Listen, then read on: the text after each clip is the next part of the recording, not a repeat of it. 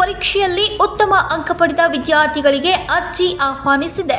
ಅಂಕಪಟ್ಟಿ ವರ್ಗಾವಣೆ ಪ್ರಮಾಣಪತ್ರ ಅಥವಾ ಜಾತಿ ಪ್ರಮಾಣಪತ್ರ ಕಡ್ಡಾಯವಾಗಿದೆ ಎಂದು ಬೆಳಗಾವಿಯಲ್ಲಿ ಸುದ್ದಿಗಾರರೊಂದಿಗೆ ಚಾರಿಟೇಬಲ್ ಟ್ರಸ್ಟ್ನ ಕೃಷ್ಣಮೂರ್ತಿ ಮಾತನಾಡಿದರು. ನಮಸ್ಕಾರ.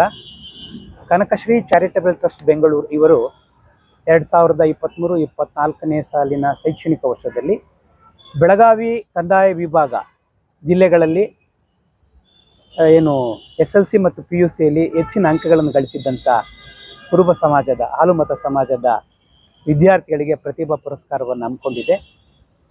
ಇದೇ ತಿಂಗಳ 22ನೇ ತಾರೀಕು ಇದೇ ಧಾರವಾಡದಲ್ಲಿ ಕಾರ್ಯಕ್ರಮ ನಾವು ಹಮ್ಮಿಕೊಂಡಿದ್ದೇವೆ. ಈ ಸಂಬಂಧ ಅರ್ಜಿಗಳನ್ನು ಸಮಾಜದ ಮಕ್ಕಳಿಂದ ಆಹ್ವಾನಿಸಿದ್ದೇವೆ.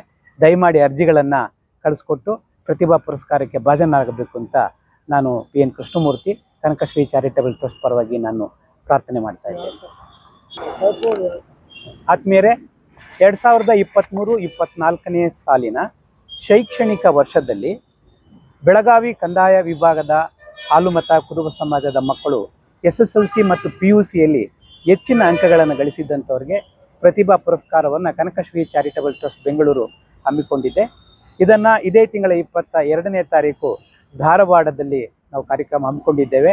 ಅರ್ಜಿಗಳನ್ನು ಮಾನ್ಯ ವಿದ್ಯಾರ್ಥಿಗಳು ದಯಮಾಡಿ ಕನಕಶ್ರೀ ಚಾರಿಟೇಬಲ್ ಟ್ರಸ್ಟ್ ಬೆಂಗಳೂರು ಇದರ ವಿಳಾಸಕ್ಕೆ ದಯಮಾಡಿ ಕಳಿಸಿಕೊಡಲು ನಾನು ವಿನಂತಿ ಮಾಡ್ತಾ ಇದ್ದೇನೆ. ಇದರ ವಿಳಾಸ Kanakashree charitable trust, care of Kanakashree ಗೃಹ ನಿರ್ಮಾಣ ಸಹಕಾರ ಸಂಘ, ನಂಬರ್ 2031 6ನೇ ಮುಖ್ಯ ರಸ್ತೆ, 80 ಅಡಿ ರಸ್ತೆ, KHB ಕಾಲೋನಿ 1ನೇ ಹಂತ, ಬಸವೇಶ್ವರ ನಗರ, ಬೆಂಗಳೂರು. ಇಲ್ಲಿಗೆ ರಿಜಿಸ್ಟರ್ಡ್ ಪೋಸ್ಟ್ ಮೂಲಕ ದಯಮಾಡಿ ಕಳಿಸಿಕೊಡ್ಬೋದು. ಬೆಂಗಳೂರು 79.